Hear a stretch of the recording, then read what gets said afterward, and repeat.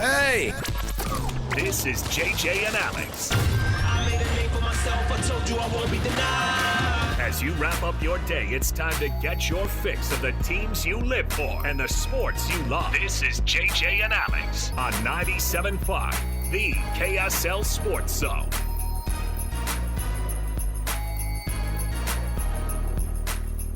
Utah, good afternoon. How's everybody doing? Kind of a sad day. The realization that the holidays are over. It's time to get back to Depends on reality. who you are about being sad, though. There's a lot of people who are excited, a.k.a. my wife. She is screwed. She's just like, yes, the Christmas tree came down like hours before midnight. Oh, wow. Oh, yeah, she's the worst. She's done. All right. So depending on who you are, some people are happy it's over. Okay. But the thing about it being over is it's back to the grind. It's Oh, back to yeah. normal. Let's do it.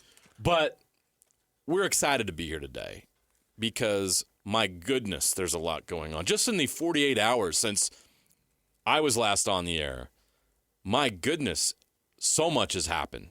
There's so much going on.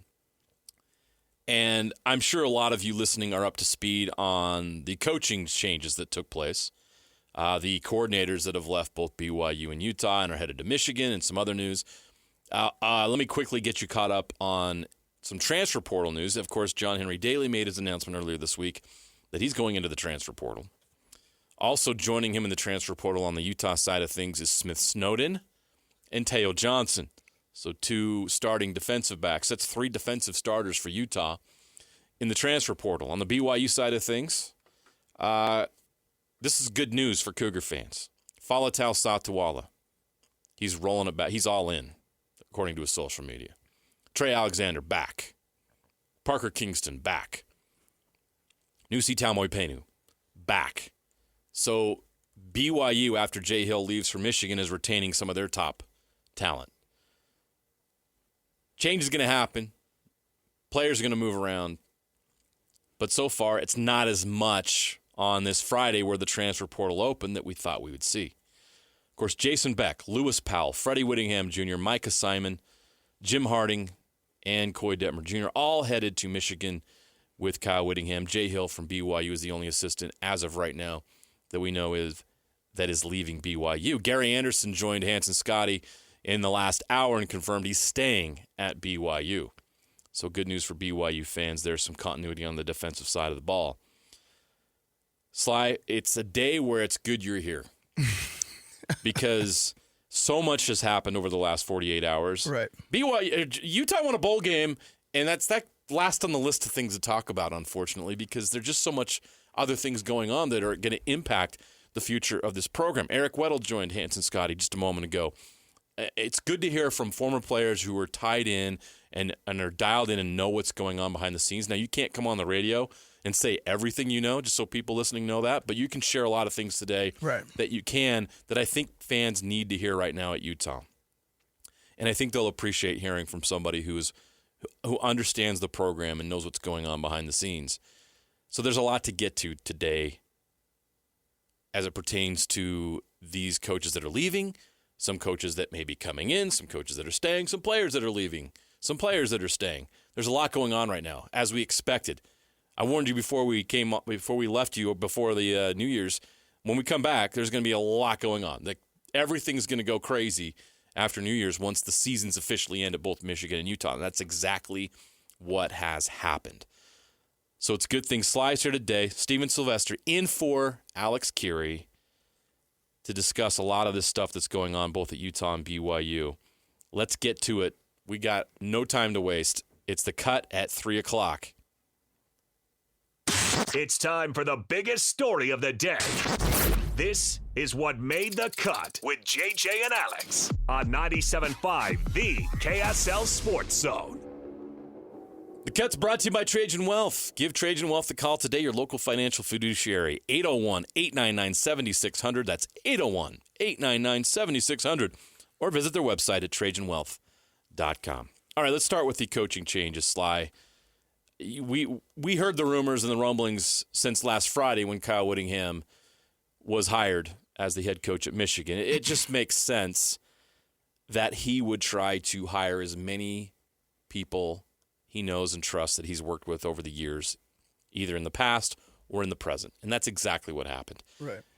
Did anything that went down in the last week surprise you after Kyle Whittingham left for Michigan? No. Honestly, more of the transfer portal guys from Utah that here's the thing is, like, as you said, guys that you trust or whatever, guys who you think are such and such guys or whatever. At the end of the day, I think people need to understand that this is now business, right? I believe college football, what it was before, was built on more morals, more, emotion, more things made decisions. This is strictly business decisions on everything that is made, right? From the coaching staffs to the players getting into transfer portals and making money and all of that. This is strictly business, which means zero emotions are a part of all this. It's somebody else. You got to look out for yourself. And that is what I learned from the NFL really quickly, because I was so used to the college where it's like, look, you put in the work, you're going to get it done. You trust the system. You trust what's going on. You're going to get your time. You're going to go in. But when I got into the NFL, it wasn't like that at all. It's some kind of buddy system. You got to really look out for yourself on so many different levels, and that's exactly what everybody's doing. They're looking out for their careers, they're looking out for their families, and they're looking out for themselves. And that, sadly, is what NIL has brought to this whole dynamic of college football. In the transfer portal. Right? Everybody was talking about coaches doing it, but like even coaches, there were some coaches who had that, loyalty, that morality, whatever you want to call it, in the past, right? But, there were a lot of them like, oh, they jumped because of money, whatever. Anyway, but because of you're not able to be in a program where you can develop and you can enhance and be infectious on an individual anymore, because at least deals are like 6 to 12 months where you're rotating with guys. You're not able to build relationships anymore. You don't have that with the universities anymore. Even the universities that you came from. Say you coached or you played at a university and now you're coaching at that university. You don't have that same love because the relationships are different. It's not the same as it was when you were playing. When Lewis Powell played at Utah, it's not the same as it was, right? As much as you want it to be, it's not. You got to do the game. So at the end of the day, it's just business transactions all the time. Now, for Coach Whittingham's standpoint, is when you're going into a situation when you have the opportunity to implement success, and what that means, you got to lean on guys and lean on people. Why would you lean on something you don't know? You lean on stuff you do know, which means personnel, staff, administration, anybody that you know in positions that you know that you'll need, you're going to take with you. You're going to at least offer them the opportunity like, hey, we've done this for years. We've had success, and I know I can't do this without you. Would you like to come with me to XYZ? Why would you not take the people that you know? And it's what it is. He's seen the success that Jay Hill's had at BYU and at Weber State. Right? He's seen the success of working with Jason ever since Jason Beck landed on campus in the spring, and he's been able to implement things, and Coach Witt has been elated with what Coach Beck has been able to do. Why would you not take him with you? You saw what he did in the bowl game. Yeah. Absolutely awesome when Devin Dampier is healthy, right? You saying you can't do that at Michigan? Right? And so you got to lean on the things that you know, what you're secure with, or at least offer them the opportunity. Now, again, everybody's talking about Coach Witt just rummaging through this staff. Is like, everybody has a choice. Right. They can stay. Falatal Satawala is staying. He has a choice to leave or not. I don't know if he was offered or not, but Mark Ottawai is staying. Right? Coach Swan's staying. There are coaches staying at Utah. Right. Not all of them are leaving. You have the opportunity, right? And so I just believe that, it's business at the end of the day. You got to understand what this new dynamic of sports is. It is definitely in a semi-professional, professional ranking. This is not really, I think we're jumping straight from high school to this semi-pro stuff. And that's just where we are today with college football.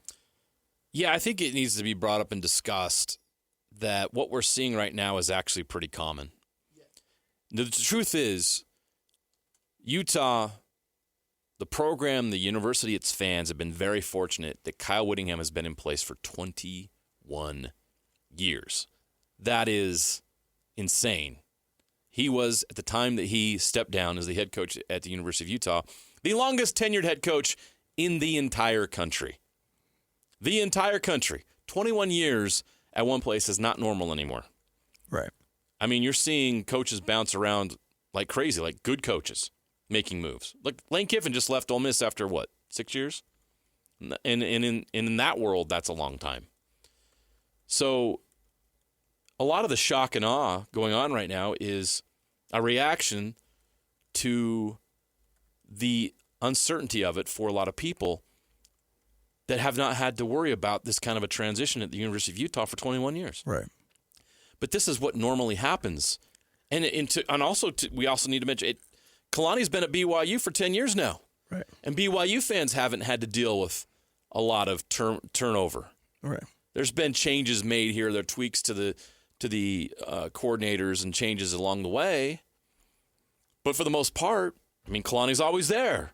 Kyle Whittingham's always there. There's a lot of continuity that's taken place in the state that is not common everywhere. I think there's been a reaction of panic because of the unknown. Unfamiliar territory. It's very unfamiliar not to have Kyle Whittingham at the head of the University of Utah football program. And for the most part, a staff there's continuity. There's been, like Jim Harding's been there for a decade. Right. There's not been a lot. Lewis Powell feels like he's been there since he was a player. Right. Morgan has been there forever. These are key members of that staff that it's either have or it's felt like they've been there a long, long time. And, a lot of the offensive staff, I mean, Jason Beck and Micah Simon had been there for a year. Coy Demmer Jr. been there for a year. But you know that Kyle Whittingham is there. And so it's always felt like there's been continuity, even when there hasn't been, even when there has been change. But this is what change feels like in the college football world. Yeah. Your head coach leaves, either he's taking another job or he gets fired. He's taking guys with him. There's been coaches fired, and guess what happens to their staff? They're fired too. And that's a complete opposite end of what we're witnessing here right now. These are promotions for these guys. This is a positive thing for a lot of these guys and their families, is they're going to be able to better their families and have a positive impact on their career. It's not that you have to go to Michigan to enhance your career, but here's just a fact. And I know BYU and Utah fans don't want to hear this, but these coaches put Michigan on their resume. Yeah. I'm sorry. It's going to get attention when they're looking for that next step. You want to be a head coach and you're an offensive coordinator? It's a lot easier to get hired as a head coach somewhere if you're the offensive coordinator or the defensive coordinator of Michigan than it would have been if you were BYU or Utah. You're going to have a lot more opportunities, bigger opportunities, better financial situations. Okay? And all of us that are saying, you're not loyal to whatever, we all work in a business world. If there's a company that comes along and offers us a chance to double our income, or it's a more prestigious whatever, you're probably going to look at it seriously. You're going to do it. Right? So we can understand these people as human beings wanting to do this. But I understand you, the fan, being frustrated or concerned or worried about what the future brings. Because the continuity that's always been there since you've been watching and following this team is now gone. So I want to bring that up with you, Sly. As we've talked about these guys moving on, not that big of a surprise. Kyle Whittingham is doing what coaches do. They bring their guys with them. So now let's turn the page. Morgan Scalley. This is now his program. Mm-hmm. He's a Utah man since the day he was born. Okay, his dad played football at Utah. He was born to play at Utah. He did play at Utah, was a member of one of, if not the greatest team. I know you'll argue with this. The 2004 team. And he was a coach on the 2008 team. He's been there through it all. Right. From McBride to Urban to Kyle, through the Fiesta Bowl, the Sugar Bowl, the Pac-12 championships. Nobody's more Utah man than Morgan Scalley. Correct. So I want you to share with fans why they should be so excited about this transition and not worried about it and not fearful of it or panicking because the cupboard's being raided. Should they be? No, first of all. I think you hit it on the head, right? Everything that you said is the reasons why you should feel good about the next head coach of Utah, right? And a lot of people, this is what I don't understand is like how do you think people become coaches? They get a coaching job sometime, right, whenever it is. Whether Coach Witt had to go to Idaho State and then be a staff member and then elevated to defensive coordinator. They've had to have coaching jobs other places. It's gonna happen at some point. For me, Morgan's been a part of this, as you've said and alluded to, Ron McBride, Urban, Coach Witt, since 2000. Yeah. It's 25 years, going on 26 years, where he's in this program. Not just love this program, but he's in this program. Right? And I don't know what people want. When you're looking at who to replace something, don't you want to have stability? Don't you want to have what BYU is having right now with Kalani and having somebody there for a long time with tenure, right? Somebody who wants to be there. Kalani was a player at BYU. Yeah. He wants to be at BYU. You got to want somebody who wants to be there. And that's why the University of Utah is like, Morgan is our guy no matter what. Right? Because he wants to be here. That is something that we won't have to really argue with or find justifications for is this person wants to be here. He wants to be the head of this university. And that's all you want. And that's what Morgan was talking about after the game with the players too. We're going to get guys in the portal. We're going to get guys that are going to jump ship or whatever. All I want is guys that want to be here. All I want is fans that want to be here. Right. And so, initially you're going to get all of this confusion, discombobulation where everybody's here and there and uneasy because of the unknown. But that happens in transition. Once you see Morgan Scalley start winning, people are going to be like, I want to be at Utah. Right. But, Morgan is going to value the people that's going to be there with him, for him since the jump. That is one thing that I bet you anything he's going to keep notes on. Right? He wants to be here at Utah, and you as fans got to, for me, I love somebody who wants to be here. I know Coach Witt wanted to be here. How many jobs did Coach Witt turn down that his agent got of him needing to go somewhere else to the SEC, the Big Ten, whatever it is? He's gotten a lot more coaching jobs than what this Michigan deal is, right?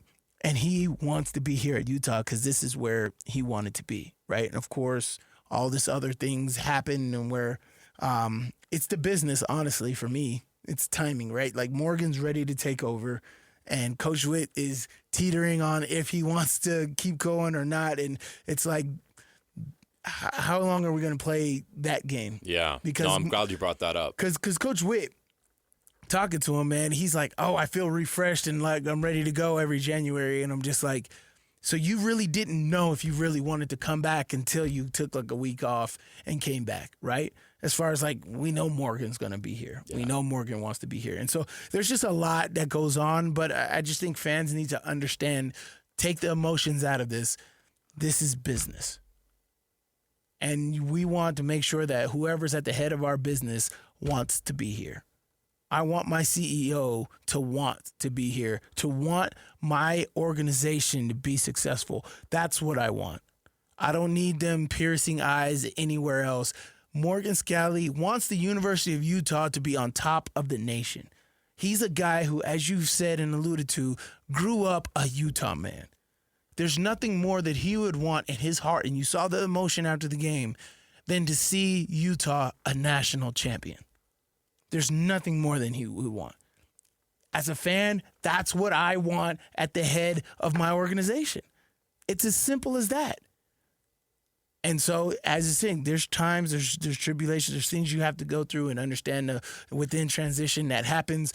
All we're doing is just clearing the shed. And whenever, Scalley gets his core together, it may take a year, it may take 2 years. That stuff happens. Right, we just went from a 5-7 season to an 11-2 season in 1 year. Yeah. Right, and so I think that Morgan is the guy for this job, and we just have to rally around him. Let's hear from Morgan Scalley. He spoke, obviously, after the Vegas Bowl win, 44-22 over Nebraska. By the way, that was a butt kicking. It was a good way for Utah to end the year, and it was a great way for Morgan Scalley to get things started at Utah. It was a great performance, and obviously a lot of the coaches that were a part of that are no longer part of the program. But now Morgan Scalley has a chance to replace some of those coaches. And he's going to have to replace some players as well, but he talks about that, and he reassures Utah fans that they are prepared for these changes. This is a big-time profession, and if people don't think that we've already been planning, already been looking for the next step, then they don't know us. So we will be prepared for whatever is to come, and we are excited for those that want to be Utes. And bottom line is, we hope all these guys in that locker room continue to be here. Simple. Yeah. That is simple. I didn't even hear that. I interviewed him after the game. He didn't say that. That was probably the post game interview before he came to me. But that it is simple. It's just like that. And he's been on it, and he's been coaching waiting for a long time. So he's had a long time to think about what this transition period would look like from Coach Whittingham. Whether he's thinking that guys would jump ship and leave because he's in charge. He's been thinking about this for a long time. If there's anybody more ready for this, there isn't. It's Morgan Scalley. He is ready for this job. He's ready for this opportunity, and it's just time now. And so we got to rally around that transition. Again, you don't know what this first year is going to look like. You don't know what the second year is going to look like, but you have to give time for adjustment, right? And I think that's it. Like, there was time for adjustment in Coach Whittingham's first year after Urban Meyer. Right, I believe that team was a 7-6 team, barely over 500 team, and you know they took 2 years, because I know my freshman year we had another one of those down years, but then we transitioned. My sophomore year we did better, and then the third year we went undefeated. Right, there's got to be evolution. There's got to be learning from your mistakes. What we need to judge Morgan on is not this first year, but what did you learn from your first year, and how are you improving that? Right? And are you getting better year to year to year? We talk about getting 22% better, right? You got to get better in some capacity. That is what every competitor knows in training and anything you do. You got to get better every single day, whether you're learning something new or whatever, in any capacity, in any arena you're in, you got to be getting better. And I think that Morgan is more determined than anybody else in the country to make this program successful, and that is all I want, is somebody who wants to win and will be doing whatever it takes to do it. He's got a lot of opportunity here, and you talk about transition, and I think it was just assumed that because Morgan Scalley was a lieutenant of Kyle Whittingham, that he sees things the same way and wants to do things the same way. I don't think that's true. No. I think Morgan Scalley has his own ideas. He has his own plans. He has his own way of thinking. I mean, if I've had a chance to spend time around both, they're not the same kind of people. They're different. There's differences, and that's totally fine and great. Morgan has his personality. Kyle has his. They all have things I think that they like and don't like. Morgan now has a chance to put his imprint on the program. Correct. Morgan can build the staff that he wants to build instead of just taking on a staff that someone else built. And I think that's probably freeing for Morgan. I don't know which of these guys that's coming or going, and only Morgan can answer that, and would probably never say publicly. But I imagine he might be okay with some of these guys moving on. I was just thinking, as you're saying that, I'm just like, what if Morgan has success this first year? What are people going to say? Oh, that's because those are all Coach Whittingham's guys. Right. It's like when a coach has success when they first come in. Oh, you're just using the other guy's players. Exactly. Well, we'll have to wait and see until you get your own players. Exactly. Right? And so there's no opportunity to wipe the slate clean. Here's the thing: is like, I don't think that they operate the same, but I do think they have a lot of similarities. There's no reason why Morgan was in this program for 15 plus years and they didn't. There's going to be some alignment. There's going to be some unity. The family, when I interviewed him after the game, the family, the culture, the mission is still the same, right? We want to develop guys into being the best men, not even football, man, because when you get people in this arena, you want to build them to be the best human beings possible, right? And so you are a leader of men is what they call it. And that's what Morgan wants. He wants to bring the best men. That's what was part of his post-game speech to the guys. He's like, you got to be the best fathers. That is the best title that anybody in this room is ever going to have in life.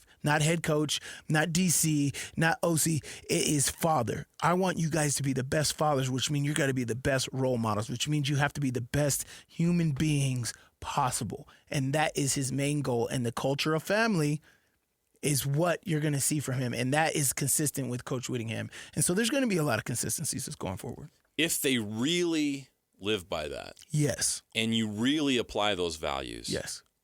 That's how you stand out in 2026. Oh, yeah. Because that's not what's taking place everywhere. Mm-hmm.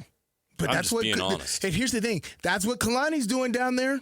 Why do you think they've won 23 games? That's craziness. In 2 years. Right? It's good values and culture. Those are all similar. Why did we, and we'll get to BYU in the next segment, but why did 4 players today say they're all in? Right. When they could have gone all in at another university. Right. In the Big Ten. Right. They're staying home. And I know I'm excited because I think that Morgan has a mix of old school and this new school that he's going to implement on this program. He's a tough. He doesn't really take crap. He's like, if you don't want to be here, I don't care. Don't be here.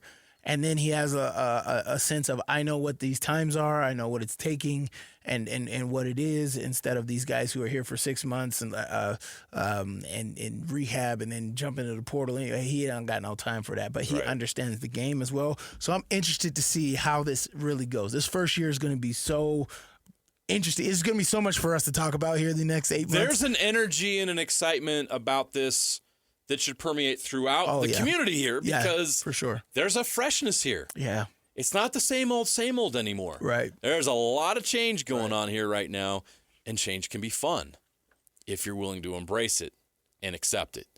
A lot of interesting things to sort out still with Utah. The next week is going to be fascinating because he's got to hire staff, and he doesn't have a lot of time. You got to get this done. Right. There's too much important things that need to be done in the next week with the transfer portal and everything else and recruiting that still has to be done before February. There's so much going on. He's going to act fast. He's going to move fast. In fact, a couple names I'll throw out there. As far as offensive coordinators go, potentially linked to the job at Utah. Jonathan Smith, the former Oregon State and Michigan State head coach, potentially a candidate for that offensive coordinator position. Marcus Arroyo, who is the current Arizona State offensive coordinator, may have interest in that job. BYU fans don't want to hear this, but Aaron Roderick may have some interest in a second go-round at Utah. Morgan Scalley didn't fire him last time he was there. Right. So I think that relationship is intact, and I think that there's a possibility there as well. We'll see how that all shakes out. I bring that up because I want Utah fans to know that there are some really, really interesting candidates out there that have had a lot of success. Don't overreact. Just let it play out. That's the problem. You're hearing respect to Jason Beck, who went from New Mexico to Utah to Michigan in a period of 24 months, essentially. Right. That's less than that. 12 months, right? He was still at New Mexico. What an incredible rise, and he's been phenomenal. Mm-hmm. He's not the only offensive coordinator out there in the world. Right. There's a lot of great coaches out there. Morgan Scalley is going to have a list of highly qualified offensive coordinators and defensive coordinators. Maybe that defensive coordinator hire is on his staff currently. I think we think he is. We'll wait and see on that. But as far as the offensive coordinator goes, there's a lot of options out there that Utah fans listening right now should be very excited about. The future's bright at both BYU and Utah. Don't worry, fans. This happens all the time. It's part of the business. And that's Sly's point. Yes. This is now business more than ever. It feels like the NFL because it's operating in a similar way. This is minor league pro football. And you got to accept it. And if you don't like it, there's other sports to watch. So, but you're not going to. But you're not. Well, according to the ratings, over 8 million people watched the Pop-Tarts Bowl. Oh, my gosh. And for good reason. It was fun. Yes, it was. Look, it's not what you grew up with. College football's changed. So what? Embrace what it is. Or don't. That's up to you. But the business is going to roll on. And later on in the show, we're going to talk about some things that could be fixed to make it better. But for right now, you have to accept it for what it is. And with change comes excitement, comes something new. So college football is going to look a lot different in the state in 2026. Embrace it. We'll take a break. When we come back, we'll discuss the situation at BYU. What are they going to do about their staff opening at the defensive coordinator position? One coach at BYU publicly announced right here on these airwaves that he's sticking around. We'll tell you who that is and what players are sticking around. We've got that as well coming up next on JJ and Alex, 97.5, the KSL Sports Zone. Ladies and gentlemen, the biggest name. You're locked into JJ and Alex. With the insight and analysis on the teams you can't live without. This is 97.5, the KSL Sports Zone. Dun, dun, dun. Alex, you know I play this every day, right? I only play it when you're here. I love it. This song plays at Sly's house every time he steps out the front door. I don't know. You got to just feel it, too. You just feel it. I feel great when this song comes on, too, and you got your sunglasses. You just feel cool. My nephew comes on. He's like, why do you like this song? I was like, you don't just feel cool when he's just saying that? He's just vibing. It's all about vibe. You know a guy's got a great life when his life has a soundtrack. Oh, yeah. Sly Sylvester has a soundtrack. She's deceiving me. It's good to have a soundtrack. Oh my gosh, it's amazing. Every time I get in the car, that's how. If I'm driving, I'm just cruising. It's because I'm listening to Corey Hart. It's perfect. Only so many guys can get away with wearing sunglasses indoors. Sly's one of them. Gotta make it happen. Oh my God. Jay Hill seems like a guy that would get away with wearing sunglasses indoors. Jay Hill, see, I just know Jay Hill, so I say no. He ain't got swag like that. Okay. Oh, he ain't got swag like that. Well, you know? he can have nice sunglasses. He's going to Michigan to be the DC. There you go. He's getting a pair of Oakleys. He's getting a raise. He'll be out there. He's already doing all right at BYU. But we talked about the Utah staff and all the changes there. You also know Jay Hill well. Mm-hmm. And I wanted to get your reaction to Jay moving on from BYU and going to Michigan. Your thoughts on what he accomplished at BYU and what they're going to be missing without him. Well, I mean, it's passion, right? I think it doesn't matter what situation is, right? Jay Hill was a University of Utah football player and then coached at the University of Utah. Took over the Weber State job and then went into BYU. What's been consistent about all of that is he is this. It's when, you know, the coaches are talking about we don't prepare for an opponent any differently, right? And I think that is the same way Jay Hill has taken each opportunity that he has. He's putting passion, you know, and I felt it as a coach. He loves what he's doing. And wherever he's at, whether it's BYU, whether it's Utah, Weber, Michigan, whatever, you're going to get 110% of Jay Hill every single time. And that is all you could ask for. I don't want you to hold back nothing because you're playing somebody. It does not matter. Jay Hill wants to win at every turn, and he has passion, and he wants to develop an impression upon whoever he's coaching every single step of the way. And he's just building on his resume, right? Being one of the top DCs in the entire country, you know, at BYU, just turning over that Weber State program the way he did, having so many successful years over there, just tremendous. You can only commend guys like that. And now, you know, him to have the success that he's having and going to Michigan to bring that on one of the biggest stages in all of sports. You know, I'm proud of him, and I'm happy to see exactly what he's able to do. But BYU is going to be missing, you know, a guy that is uber focused. Very passionate, very, very smart. And one of the biggest things is willing to adjust, you know, flexible, right? This isn't working. This kid in this position isn't working. Let's change it around. Let's have a mindset of understanding the entire moment, the entire situation is what I think that was a huge benefit of Jay Hill. A lot of guys are tunnel visioned. Right? They just want it this way. This is how it has to go. Let's squeeze this square peg in this round hole as much as possible and do that. And I think that is a huge miss in today's football. And that's why I think Jay Hill is successful. And I think that's what BYU has benefited from, is a guy who's focused and flexible and willing to adjust on the run. This is a guy who is from Lehigh, played college football at Rick's, basically an extension of playing in Utah, right? It was always a feeder school for BYU in Utah. And then playing at Utah, he spent his entire coaching career in the state of Utah. From the time he was a GA at Utah after his playing days were over, I don't know if people knew this, he played briefly in the XFL in 2001. But then he's a GA all the way up to becoming a tight ends and special team coach in 2013 before becoming the head coach at Weber State for a decade and then joining BYU staff as a defensive coordinator. This is the first time in his entire football career, both player and coach, where he's really stepped outside this footprint. And I think it's interesting. And I think actually for him, this is going to be a massive, important moment in his coaching career, is to develop and grow outside of this footprint. And I think he probably looked at this as that as an opportunity there. I'm sure it's financially probably even better. But all these guys want to grow. Jay Hill has a chance to grow here. And it stinks for BYU fans because it was a perfect fit. It was a great fit. But it just always felt like Jay Hill was not for long at BYU because this is somebody who's already been a head coach.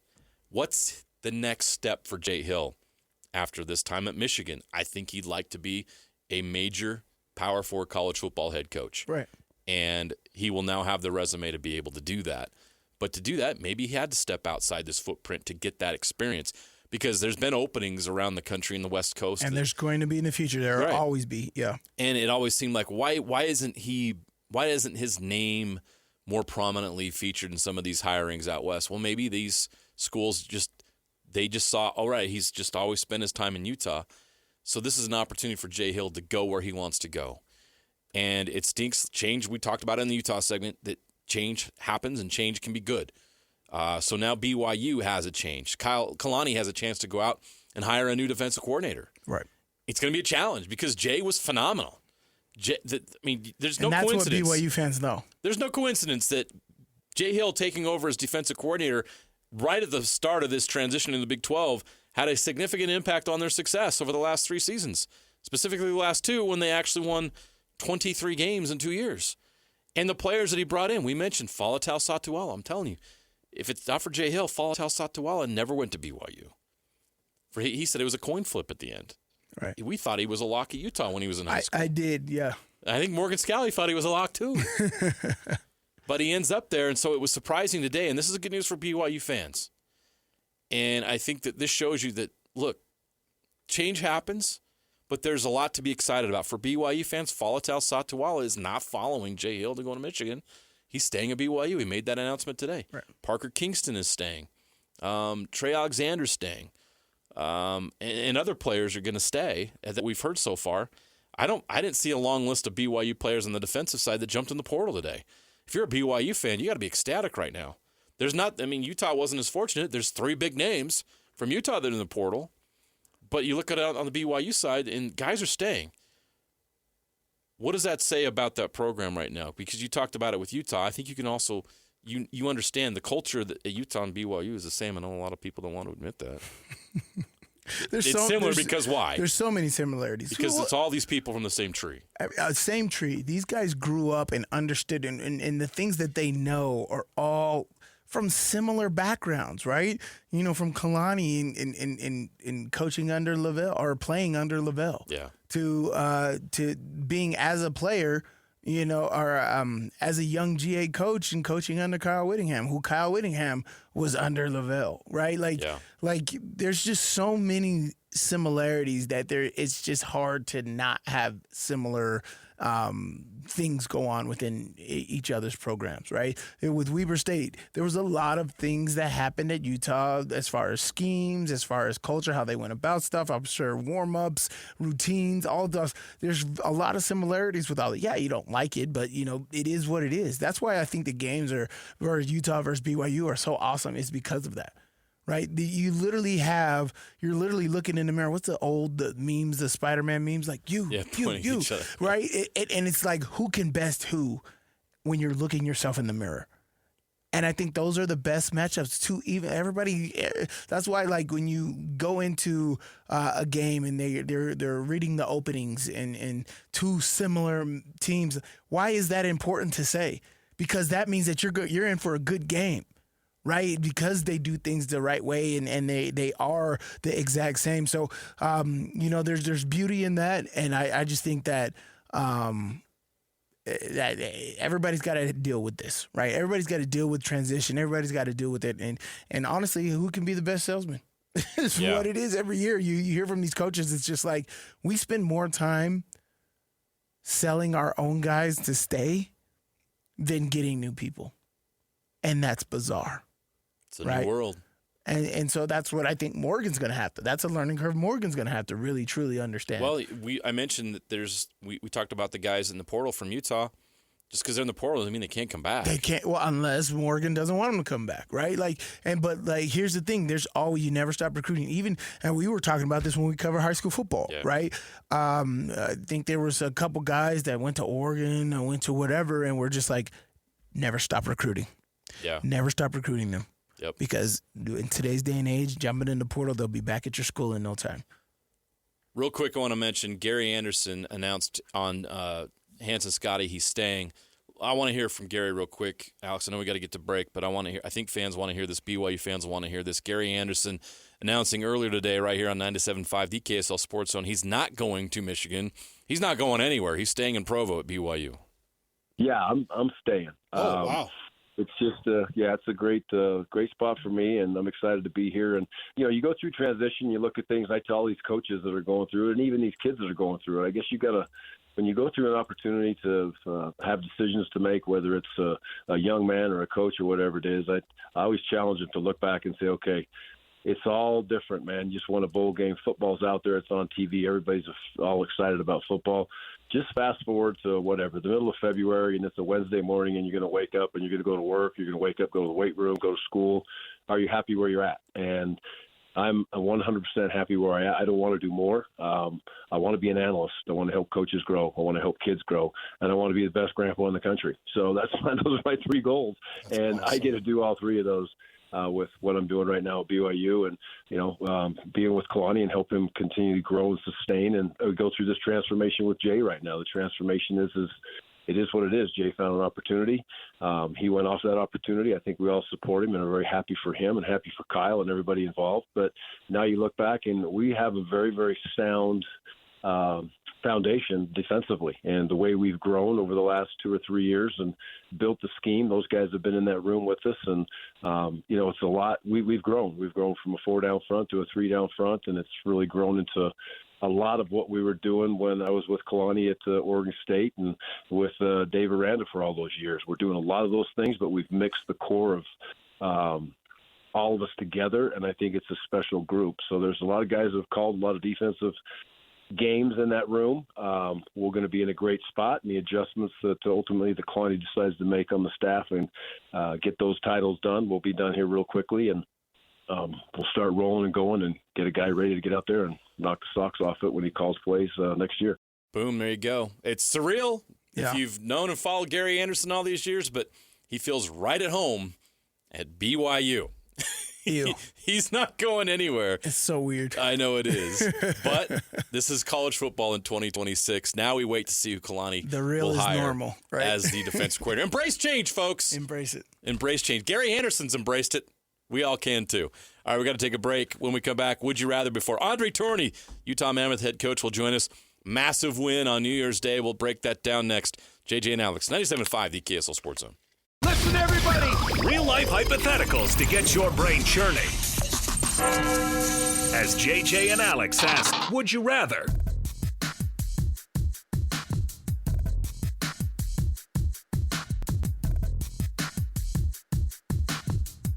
Welcome back, JJ and Alex, 97.5, the KSL Sports Zone. Jeremiah Jensen, Sly Sylvester sitting in for Alex Kirry on a perfect day because of everything that's going on, both at Utah and BYU, the coaching staffs and the transfer portal, et cetera. We're breaking it down all day today right here. But we have Coach Bear Turney coming up here momentarily, so got to be quick with this.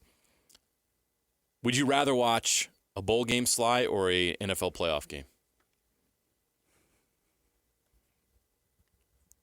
Just a regular bowl game? Not like a CFP game? All right, let's go CFP. Oh, that's a great question. That's actually really good because these CFP these last couple of years, all of them have been really good. There's something you could take from all of them, but I normally really love because I've played in the NFL playoffs. I love NFL playoff games. Yeah. I'd be an NFL guy too. Yeah, I love think the NFL playoffs. Yeah, I got to go just because I've experienced it and there's a little bit more behind it as far as tenure, but like the NFL playoff games, I'll go with that. I think it's tough for a lot of football fans because they do love the college game, but there's just something about the NFL playoffs that I love and stands out. Right. And, college football, I mean, as much as I love everything about college football and how fun it is, there's another level to the NFL. Mm-hmm. But a lot of you listening may disagree, and you all in on the CFP. Like if Alex Kirry was sitting here right now, he'd be laughing at me asking this question. It's college football all day, every day for him. Right. So everybody's different. But I was curious to get your response because you've done both. Right. Well, I haven't played in the playoffs. Well, you played in a big game. Big bowl game. But yeah, that was awesome. But I don't know, man. Just something in the air about the NFL playoffs, the sudden death aspect of it, and literally every play, every moment. You remember that big Denver Broncos game? It was Tebow, Demaryius Thomas. Oh, yeah. That played us and beat us. Yeah. But we went into overtime, and like that entire game was just hit after hit, play after play. Every moment mattered. I don't know. NFL playoff games are just amazing. Yeah, they are. All right, let's take a break. When we come back, Utah Mammoth head coach Andre Turning will join us from New York. The Mammoths celebrating a really nice win over the Islanders. Can they repeat that against the Devils and the Rangers on this 3-game trip? We'll talk to him about that and more next on JJ and Alex 97.5, the KSL Sports Zone.